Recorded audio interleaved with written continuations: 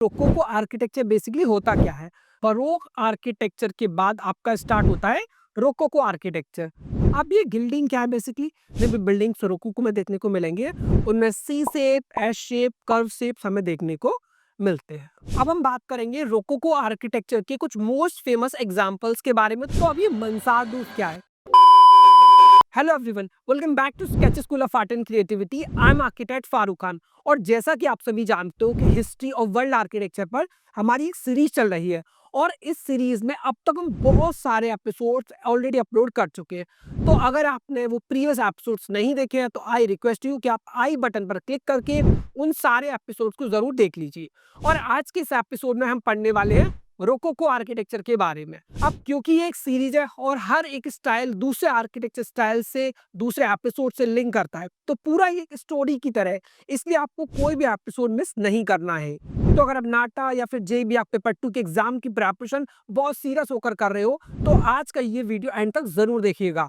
और इसके साथ ही अगर आप हमारे चैनल पर नए हो तो जल्दी से चैनल को सब्सक्राइब कर लीजिए और बेल आइकन को प्रेस करना बिल्कुल भी मत भूलिएगा। Now let's start the video.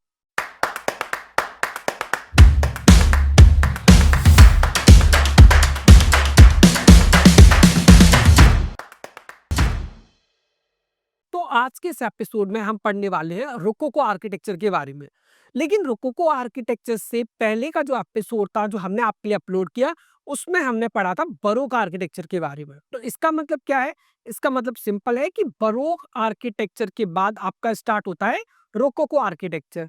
लेकिन अगर हम इसको आगे पढ़ने से पहले इन दोनों के बीच में डिफरेंस समझ लें तो हमारे लिए इसको लिंक करना बहुत ईजी होगा, याद करना बहुत ज्यादा ईजी होगा। तो चलिए समझ लेते हैं। तो अगर हम बात करें रोकोको आर्किटेक्चर की, तो रोकोको आर्किटेक्चर बेसिकली एक ऐसा स्टाइल था जिसमें हमने लाइट कलर्स यूज किए, जबकि बरोक आर्किटेक्चर में हम बहुत डार्क कलर्स यूज करते थे। तो पहला डिफरेंस क्या है? पहला डिफरेंस है आपका कलर का। क्लियर? यहां पर मैं लिखता जाऊंगा दोनों तरफ। तो अगर मैं बात करूं बरोक की, B for baroque and R for rococo. Clear? अगर मैं बरोक की बात करूं तो बरोक में हम यूज करते थे dark colours. Clear? Dark colours. वहीं रोकोको में हम यूज करेंगे लाइट कलर्स। रोकोको आर्किटेक्चर में हमने यूज किए लाइट कलर्स। अब क्या सिर्फ इतना ही डिफरेंस था दोनों में? तो नहीं, इनके बिल्डिंग्स के जो एलिमेंट्स थे उनमें भी बहुत ज्यादा डिफरेंस था। जैसे कि अगर मैं बात करूं बरोक की, तो बरोक बेसिकली क्या था कि इसमें ज्यादातर रिलीजियस बिल्डिंग्स बनाई गई। तो इनकी बिल्डिंग शो करती थी पावर को, राइट? तो किसको शो करती थी इनकी बिल्डिंग्स? पावर को। चर्च, कैथेड्रल, बेसिलिका, इनके पावर्स को शो करती थी बरोक आर्किटेक्चर की बिल्डिंग्स। लेकिन अगर मैं बात करूं रोकोको आर्किटेक्चर की, तो इनकी बिल्डिंग्स बेसिकली लग्जरी को शो करती है, राइट? Luxury plus comfort. अब लग्जरी और कंफर्ट हो गया। अब बरोक आर्किटेक्चर की एक खास बात क्या थी कि बरोक आर्किटेक्चर बेसिकली रिलीजन पर ज्यादा बेस्ड था, लेकिन rococo architecture was all about luxury plus comfort plus light colours. तो फिलहाल के लिए आप केवल इतना माइंड में अपने याद रखोगे कि बरोक में बहुत डार्क कलर्स हमने यूज किए, लेकिन रोकोको में हमने लाइट कलर्स यूज किए। वहीं बरोक की जो बिल्डिंग्स थी उनका पर्पस था पावर को, अथॉरिटी को शो करना, लेकिन रोकोको बिल्डिंग्स बनाई गई थी कंफर्ट और लग्जरी को शो करने के लिए। एंड इसके साथ ही एक लास्ट डिफरेंस, अगर हम बात करें बरोक आर्किटेक्चर की, तो उनकी बिल्डिंग्स का जो एक्सटीरियर फसाड होता था वो उसके इंटीरियर की कंपैरिजन में बहुत ज्यादा ऑर्नामेंटेड होता था, यानी कि बहुत ज्यादा उसको डेकोरेटिव किया जाता था। लेकिन रोकोको आर्किटेक्चर में बिल्डिंग्स बाहर से सिंपल होती थी, इतना सिंपल नहीं जितना आप सोच रहे हो। ऐसा नहीं कि केवल प्लेन व्हाइट वॉल्स ही रख दिया, राइट? उनके लिए ये बेसिकली सिंपल है। तो बरोक में क्या था कि एक्सटीरियर सिंपल होगा, उसका डबल ट्रिपल टाइम्स अगर हम करें तो इंटीरियर बहुत ज्यादा डेकोरेटिव होता था। Okay, so now let's move ahead. अब हम समझेंगे कि रोकोको आर्किटेक्चर बेसिकली होता क्या है। तो देखिए, रोकोको आर्किटेक्चर में एक वर्ड हमें दिखाई देता है, दैट इज रोकोको। अब इस रोको का बेसिकली मतलब क्या है? तो रोकोको बेसिकली एक फ्रेंच वर्ड है। राइट? क्या है? ये एक आपका फ्रेंच वर्ड है। अब इस फ्रेंच वर्ड ये कहाँ से आया? तो बेसिकली ये वर्ड आया आपका रोकेल से, राइट? तो ये आपका आया है रोकेल से। अब इस रोकेल का मतलब क्या होता है? इसका मतलब होता है आपका शैल। अब अगर हम इन सारी बिल्डिंग्स को देखें तो हमें शेल तो कहीं दिखाई नहीं देती। तो इन बिल्डिंग्स में आपको कोई शेल दिखाई नहीं देगी। लेकिन अब क्योंकि जो हमारी शेल है इसका शेप कैसे होता है? अगर मैं इसका शेप जनरली बनाऊँ तो कुछ इसका शेप ऐसे होगा, राइट? तो इसका शेप कुछ ऐसा होगा, बहुत टाइप्स के शेल होते हैं।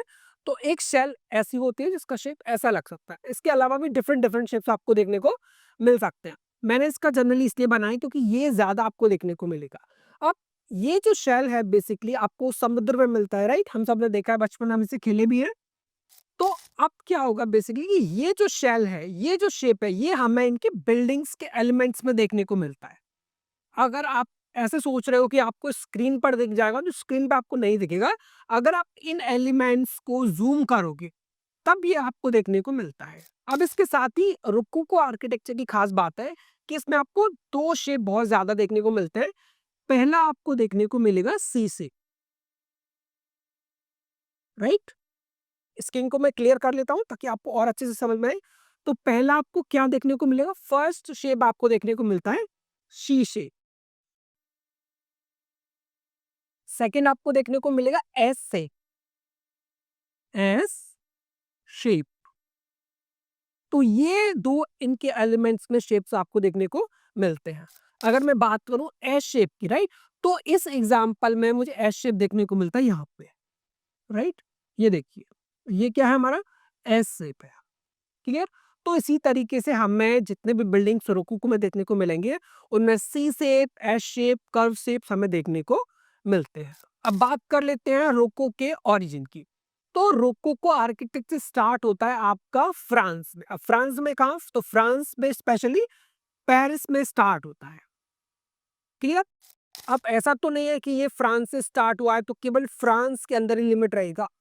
तो फ्रांस से स्टार्ट ज़रूर हुआ, लेकिन फ्रांस के बाद ये फैलना स्टार्ट हुआ, प्रोपेगेट होना स्टार्ट हुआ, राइट? जर्मनी तक गया, जर्मनी के बाद ये ऑस्ट्रेलिया एंड ऑस्ट्रेलिया के बाद इटली, राइट? तो ये स्प्रेड हुआ आपका जर्मनी, ऑस्ट्रेलिया एंड इटली में। तो चलिए अब कुछ और पॉइंट्स को हम समझ लेते हैं।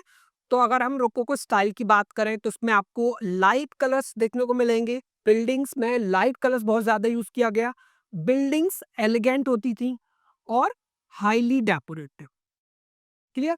हाँ, आप ये कह सकते हो कि अगर हम बरोक में और रोकोको में दोनों में एक फीचर देखें जो बहुत कॉमन था, तो डेकोरेशन। दोनों में आपको डेकोरेशन बहुत ज़्यादा देखने को मिलती है। This was a common feature जो आपको दोनों में देखने को मिलता है, बरोक में एंड रोकोको में। अगर इसके टाइम पीरियड की बात करें तो ये आपका अर्ली 18th सेंचुरी में स्टार्ट हुआ, क्लियर? चलिए नाउ उसको थोड़ा और डिटेल में समझते हैं। अब जैसा कि मैं आपको हर आर्किटेक्चर स्टाइल में एक बात बार-बार एक्सप्लेन करता आया हूँ कि अगर आप कोई भी आर्किटेक्चर स्टाइल पढ़ते हो, चाहे फिर वो गॉथिक हो, चाहे फिर वो बारोक हो, चाहे फिर रोकोको हो, आप उसके एलिमेंट्स को ज़रूर याद करिए। अगर आप उसके एलिमेंट्स को समझ जाते हो, उसके कैरेक्टरिस्टिक्स को समझ जाते हो, उसके फीचर्स को समझ जाते हो, तो आपके लिए एग्ज़ाम में बिल्डिंग्स को आइडेंटिफ़ाई करना, उनके आर्किटेक्चर स्टाइल को आइडेंटिफ़ाई कर पाना बहुत ज़्यादा ईज़ी होगा। तो राइट? तो सबसे पहले हम समझेंगे रोकोको की कैरेक्टरिस्टिक्स को। तो फर्स्ट कैरेक्टरिस्टिक है ऑर्नामेंटेशन, राइट? तो आप रोकोको आर्किटेक्चर की कोई भी बिल्डिंग उठाकर देख लीजिए, उस बिल्डिंग में आपको ऑर्नामेंटेशन बहुत ज़्यादा देखने को मिलता है। बिल्डिंग को बहुत हाईली डेकोरेटिव बनाया जाता है, clear? And the second characteristic is light colours. अगर हम रोको के आर्किटेक्चर की बात करें तो रोकोको आर्किटेक्चर में लाइट कलर्स यूज किए गए, जबकि बरोक आर्किटेक्चर की अगर हम बात करें तो बरोक में बहुत ज्यादा डार्क कलर्स यूज किए गए थे। तो यहाँ पर हम देख सकते हैं लाइट कलर हमें देखने को मिलते हैं, clear? And the third is curved lines. तो कर्व्ड लाइंस थर्ड फीचर है।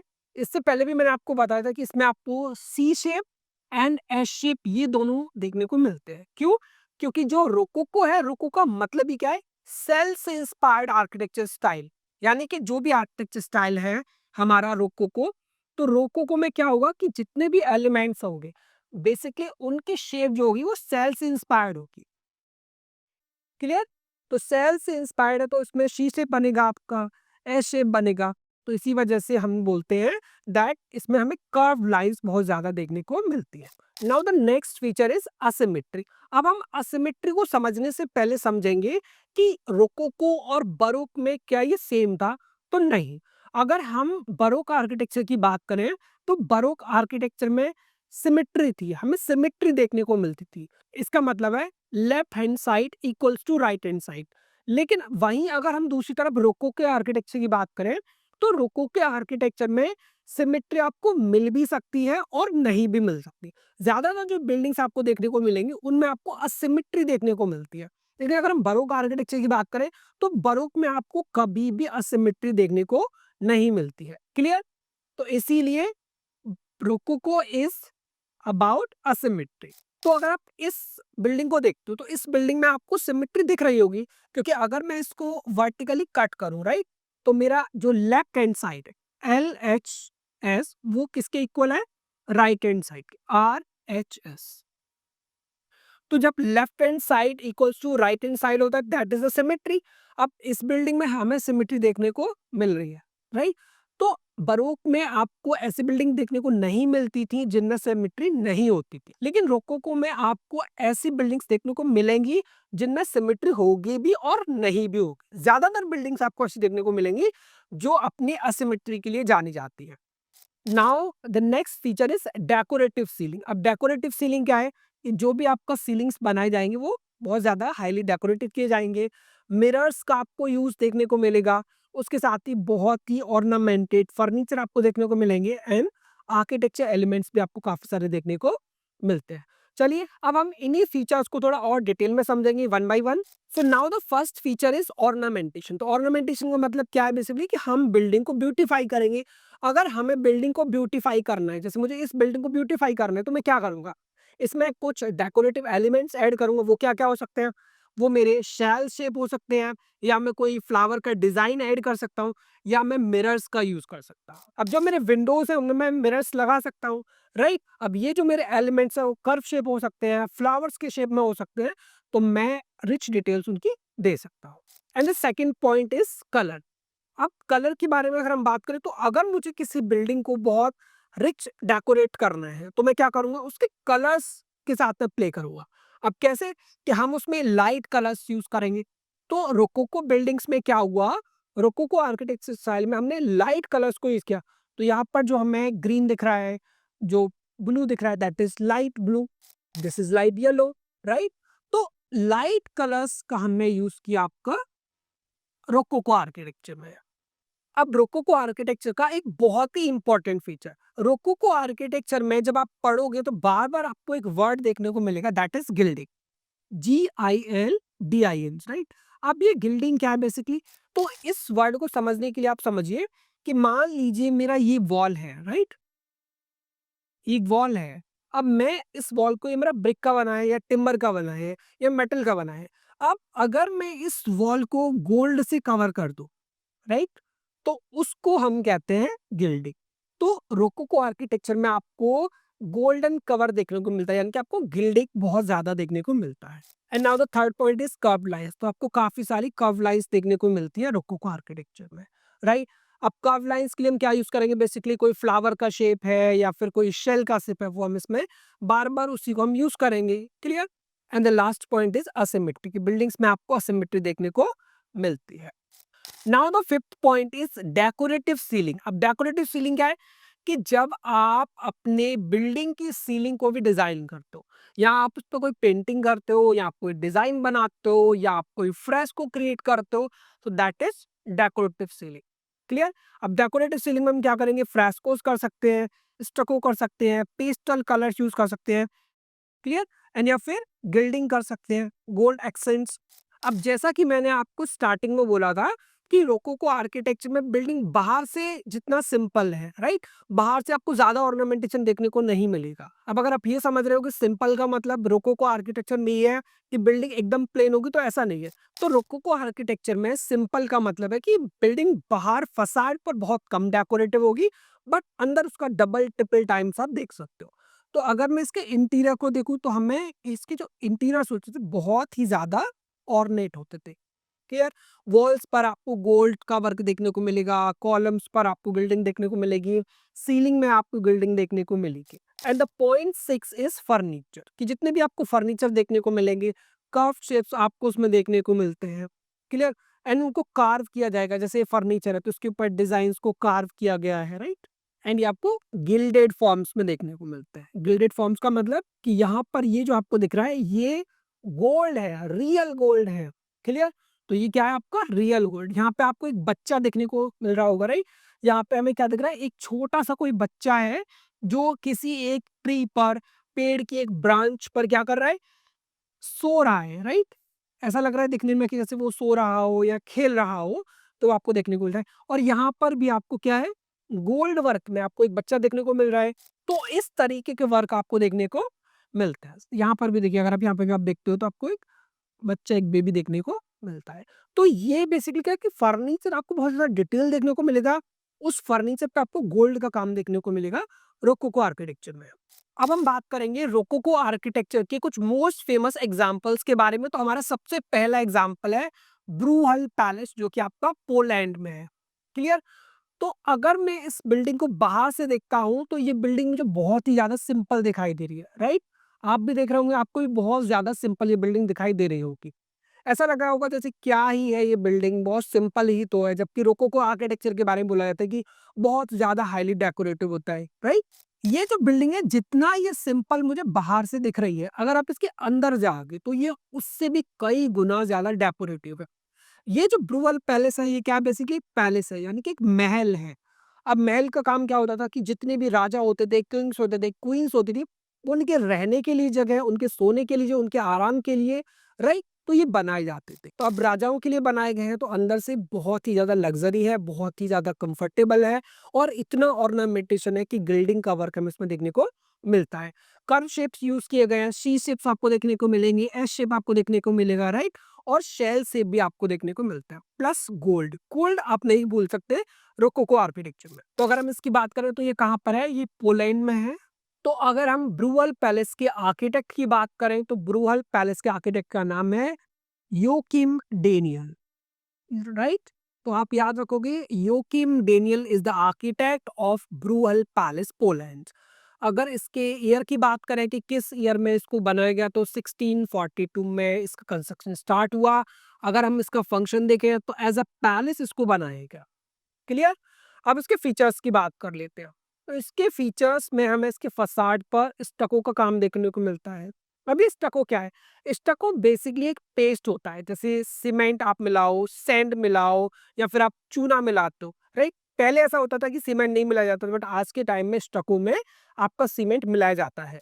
अब ऐसा नहीं है कि हर बार मिलाया जाएगा, राइट? तो स्टको में आप चूना, लाइम, सैंड ये मिला सकते हो। उसको मिलाकर आप एक पेस्ट बना सकते हो। उससे आप कोई भी बाहर फसाड पर या बिल्डिंग के इंटीरियर में डिजाइन बना सकते हो। बट आज के टाइम में अगर हम बात करें तो कई जगह पर सीमेंट का भी एडिशन देखने को मिला है। तो यहाँ पर आपको स्टको वर्क देखने को मिलता है। फ्रेस्कोस आपको देखने को मिलता है। फ्रेस्कोस क्या है? बेसिकली जब आप फ्रेश सीमेंट पर, फ्रेश प्लास्टर पर आप कोई डिजाइन बनाते हो, दैट इज फ्रेस्को।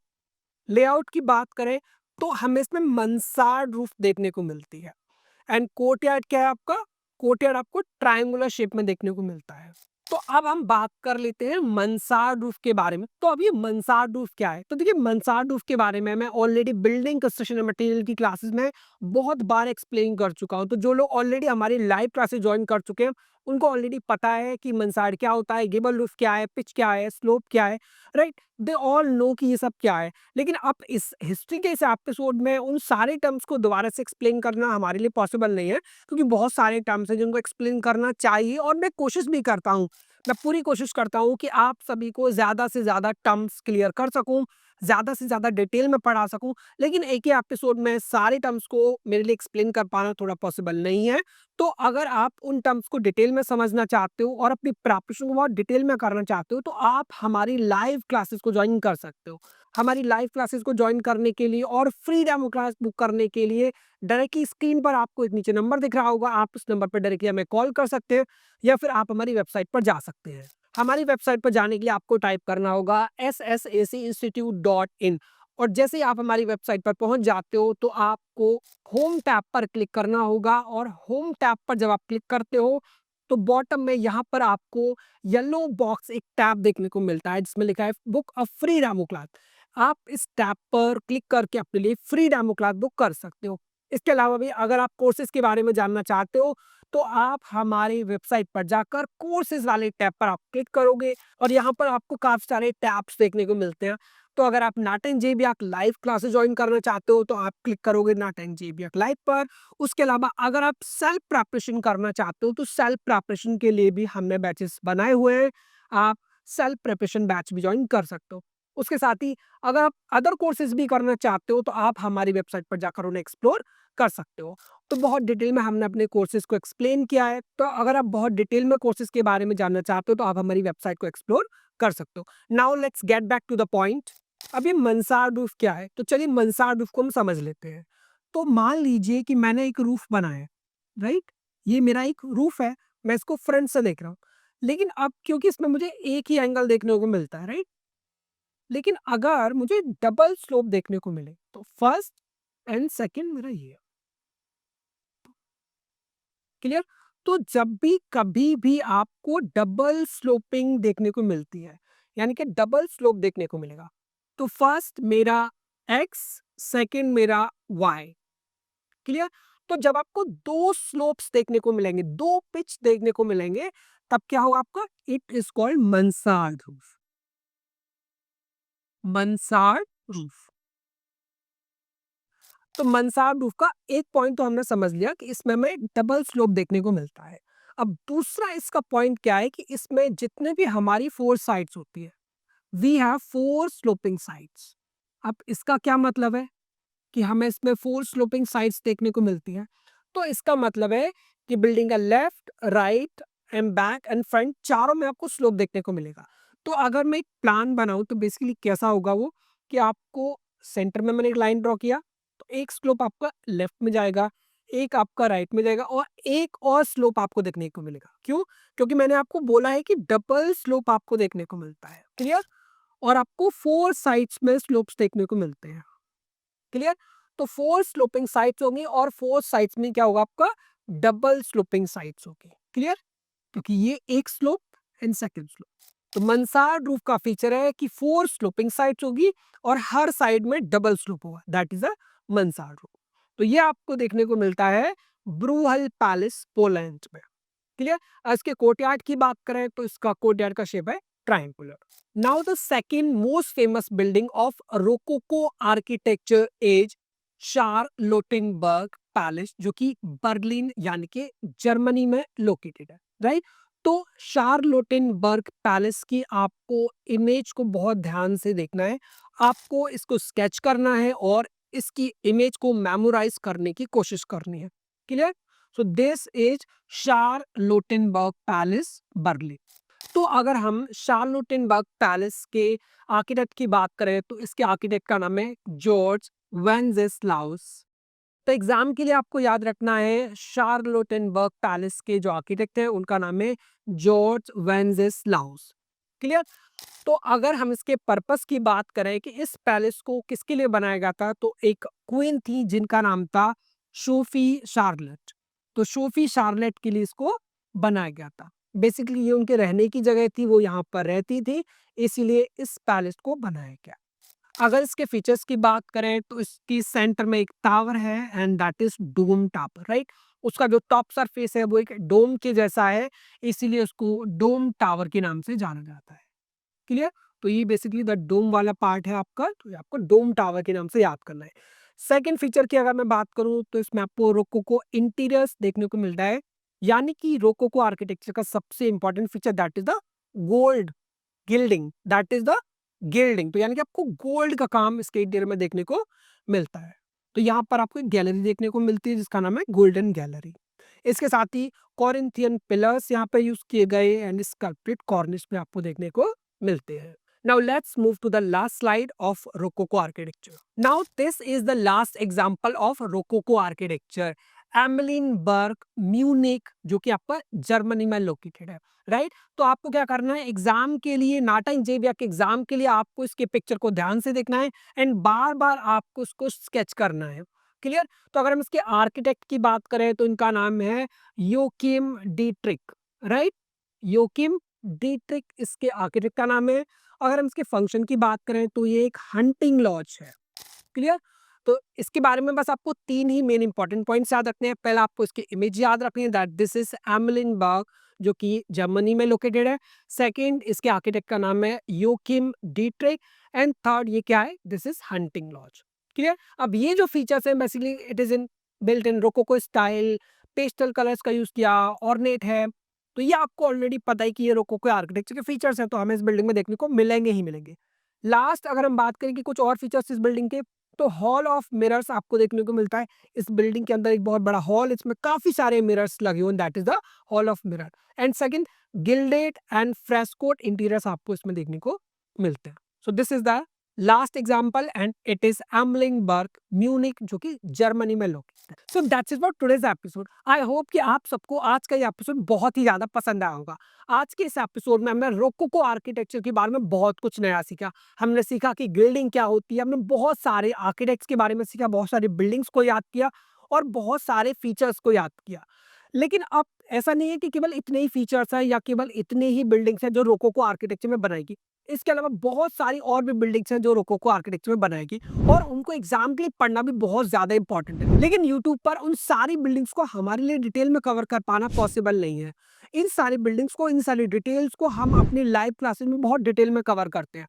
तो अगर आप नाटा या फिर जेबीआर के एग्जाम की प्रिपरेशन बहुत सीरियस होकर कर रहे हो तो आपको बहुत डिटेल में तैयारी करनी होगी, आपको अपनी पूरी प्लानिंग बहुत डिटेल में करनी होगी। हर सब्जेक्ट को, हर टर्म को, हर कॉन्सेप्ट को बहुत डिटेल में समझना पड़ेगा। तो अगर आप नाटा एंड जेबीआर पेपर 2 की प्रिपरेशन को लेकर बहुत ज्यादा सीरियस हो और एक टॉप आर्किटेक्चर कॉलेज में एडमिशन लेना चाहते हो तो आप ज्वाइन कर सकते हो एसएसएसी। एसएसएसी एक ऑनलाइन इंस्टीट्यूट है, यानी कि आप इंडिया के किसी भी कॉर्नर में अपने घर पर बैठे हुए नाटा एंड जेबीआर पेपर 2 की प्रिपरेशन को कर सकते हो। अब क्योंकि हमारी टाइमिंग्स 8 पीएम टू 10 पीएम है, यानी कि आप बिना अपने एकेडमिक्स को, बिना अपने कॉलेज को डिस्टर्ब किए इस प्रिपरेशन को कंटिन्यू कर सकते हो। तो अगर आप ये जानना चाहते हो कि हम अपनी क्लासेस में कैसा पढ़ाते हैं, हमारी मेथोडोलॉजी क्या होती है, तो उसके लिए आप एक फ्री डेमो क्लास बुक कर सकते हो। डेमो क्लास बुक करने का सिंपल तरीका है कि आपको स्क्रीन पर नीचे एक नंबर दिख रहा होगा, आप उस नंबर पर डायरेक्टली हमें कॉल कर सकते हैं और हमसे डायरेक्टली बात कर सकते हैं और अपने लिए फ्री डेमो क्लास बुक कर सकते हो। इसके साथ ही डिस्क्रिप्शन में भी हमने अपनी वेबसाइट का लिंक दिया है। आपको बस करना इतना है कि आपको उस लिंक पर क्लिक करना है जो आपको फ्री डेमो क्लास के टैब तक लेकर जाएगा और वहां पर आपको उस फॉर्म में अपनी पर्सनल डिटेल्स को फिल करना है, जिसके बाद सबमिट करना है और सबमिट करने के साथ ही बुक हो जाती है आपके लिए फ्री डेमो क्लास। तो आज के एपिसोड में सिर्फ इतना ही, मिलते हैं नेक्स्ट वीडियो में, तब तक के लिए बाय बाय।